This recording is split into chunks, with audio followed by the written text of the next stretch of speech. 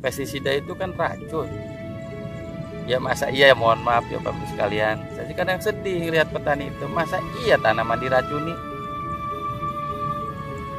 Sebenarnya racun itu yang dimaksud adalah untuk membunuh hamanya. Tapi kalau hamanya ada, kalau nggak ada, berarti tanaman dong. Makanya ngapain kita juga harus terlalu jor-joran menggunakan pestisida.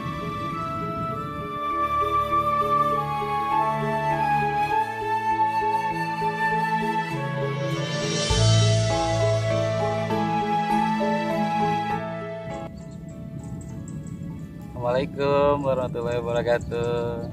Sahabat Sinergi PTB, perkenalkan saya Haji Makmunir, konsultan dari PTB untuk produk eco farming ya. Oke, pada kesempatan ini saya dari tadi lihatin HP ini banyak pertanyaan rupanya nih dari beberapa mitra atau para petani yang berkaitan dengan eco farming terutamanya. Mulai dari bagaimana kita membuat larutan, bagaimana aplikasi, takarannya berapa, pokoknya banyak lah pertanyaan-pertanyaan yang seringkali bermunculan. Oke, kita satu bahas dulu dari beberapa pertanyaan yang sering muncul di kita ya, di konsultan PTBS ini. Sebenarnya ini insya Allah sih kalau dengan ini bisa dibaca dengan baik, santai. Memang betul. Ini kebanyakan tidak hanya petani Bapak Ibu sekalian, hampir semua karakter orang Indonesia itu utamanya ini tidak senang untuk membaca, rupanya pengen langsung nonton, langsung lihat bagaimana penjelasan lebih rincinya, begitu kira-kira. Oke, ini ada pertanyaan. Assalamualaikum, apakah eco farming bisa dicampur dengan pestisida atau dengan pupuk kimia saat pengaplikasiannya? Ini pertanyaan menarik nih. Kenapa? Karena jujur aja, petani di kita pada umumnya sudah terbiasa dan sudah menjadi satu kebiasaan. Kalau dibilang bahwa nanam padi nih nggak pakai pupuk, nggak pakai pestisida, udah nggak usah nanam katanya.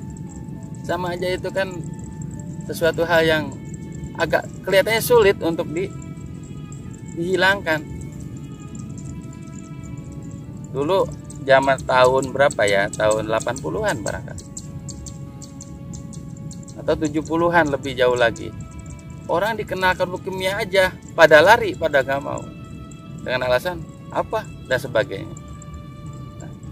Dan itu cepat atau lambat alhamdulillah bisa diminati oleh petani pupuk kimia itu.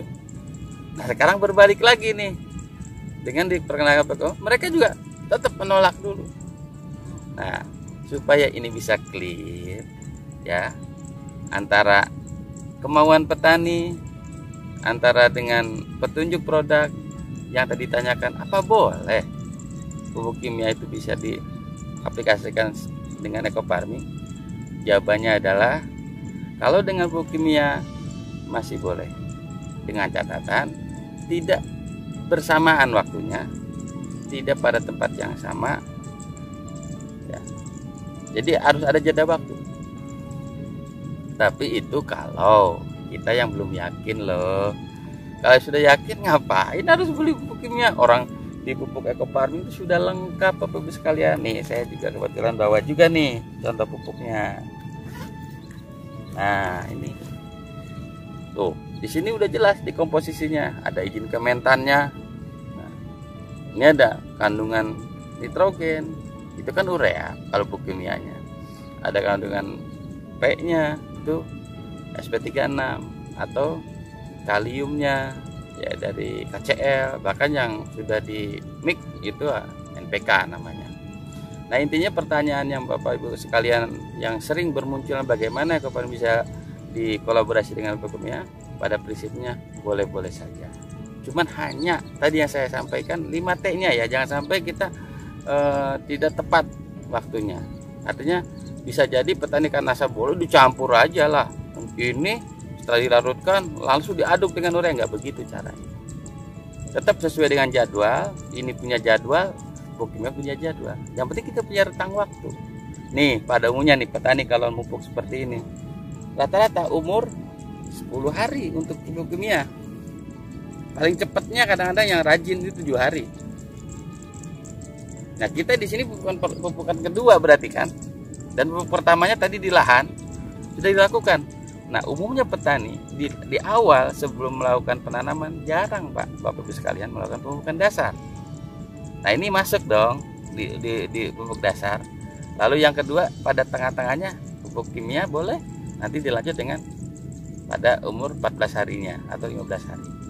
Nanti ada pemupukan kedua biasanya petani itu untuk NPK-nya lah, misalnya kalau pertama urea biasanya. NPK biasanya pada umur 35 atau 30, 1 bulan lah. Nah, ini kan masuknya di umur katakanlah nanti umur 28 30. Nah, itu jangan sampai berbarengan aja Bapak Ibu sekalian. Kalau pupuk kimia itu tanggal 35 hari misalnya atau 30 aja, kita harus menyesuaikan intinya. Kalau yang 30 hari berarti ini yang ditunda dulu ke paling tidak jeda waktunya sekitar 5 sampai 7 hari. Nah, pertanyaan yang berikutnya tadi kan udah jelas. Pupuk kimia no problem ya, tidak ada masalah. Cuman ya itu tadi lah yang namanya kita pakai pupuk kimia, yang terjadi pemborosan. Artinya satu hal yang sudah ada di sini kenapa ditambahkan? Tetapi ini kan namanya upaya untuk supaya petani mau dulu pakai ini. Oke lah, kita sistemnya adalah dimix dengan pupuk kimia, nggak masalah. Cuman kita harus benar-benar tepat pengaplikasiannya. Tapi untuk pestisida tidak ada toleransi sebetulnya kalau untuk pengaplikasi secara bersama-sama, ya baik waktu dan tempatnya. Nah, kalaupun terpaksa kembali lagi harus ada jeda waktu juga. Pestisida itu kan racun. Ya masa iya, mohon maaf ya Bapak sekalian, saya sih kadang sedih ngelihat petani itu, masa iya tanaman diracuni. Sebenarnya racun itu yang dimaksud adalah untuk membunuh hamanya. Tapi kalau hamanya ada, kalau nggak ada berarti tanaman dong. Makanya ngapain kita juga harus terlalu jor-joran menggunakan pestisida. Tapi saya mohon maaf, maksud para petani saya pesan, pestisida adalah suatu langkah terakhir, bukan langkah awal. Ingat loh, langkah awal itu kita harus menggunakan dulu dengan cara-cara yang secara teknis, misalnya pilihan bibit ataupun bibit benih yang unggul, yang tahan hama dan sebagainya. Terus kita ada pembersihan saluran, pembersihan hama, gulma dan sebagainya. Itu satu langkah-langkah untuk mengurangi daripada serangan hama Bapak sekalian. Hama itu kan biasanya akan senang di tempat-tempat yang memang tidak bersih lah, atau rumputnya yang benar-benar tidak terawat gitu kan. Nah, itu sering. Yang jelas intinya bahwa eco farming dengan pupuk kimia masih bisa. Bahkan ada toleransi dari pupuk eco farming itu boleh menggunakannya dalam batas 20%. Artinya begini, ini perlu Bapak Ibu sekalian mitra PTPS, 25 itu pengertiannya begini. Petani katakanlah 1 hektar itu menggunakan 4 kintal. Kalau 20% berarti berapa dong? 100 kintal. Nah, sering ini multi tafsir yang terjadi. Ketika 20% berarti jam 75 eco farming, bukan begitu. Eco farming tetap full. Kalau satu tutup jangan dipotong ataupun yang dikurangin, tetap aja. Cuman penggunaan pupuk ureanya kita kurangi begitu. Nah, untuk pestisida ya mohon maaf saya bilang, tindakan itu tindakan terakhir. Dan jangan sampai lupa, biasanya petani itu punya tangki cuma satu-satunya. Ketika tangki itu bekas, maaf ya, pestisida yang racunnya masih ada, itu bisa aja ketika ini di aplikasi lewat tangki yang tadi digunakan tanpa harus dibersihkan dulu dan sebagainya, yang terjadi apa? Wah, pupuknya jelek katanya, itu tanaman saya jadi kuning-kuning. Itu kesalahan yang dilakukan tanpa disadari. Sebetulnya ada cara khusus bagaimana kita untuk supaya efektif ini. Artinya tangkinya itu yang bekas pestisida harus dibersihkan dengan 3 tahap. Yang pertama adalah cucilah dengan air tanah yang air yang dibuat larutan tanah. Kayak tanah yang memang dilumpurkan gitu.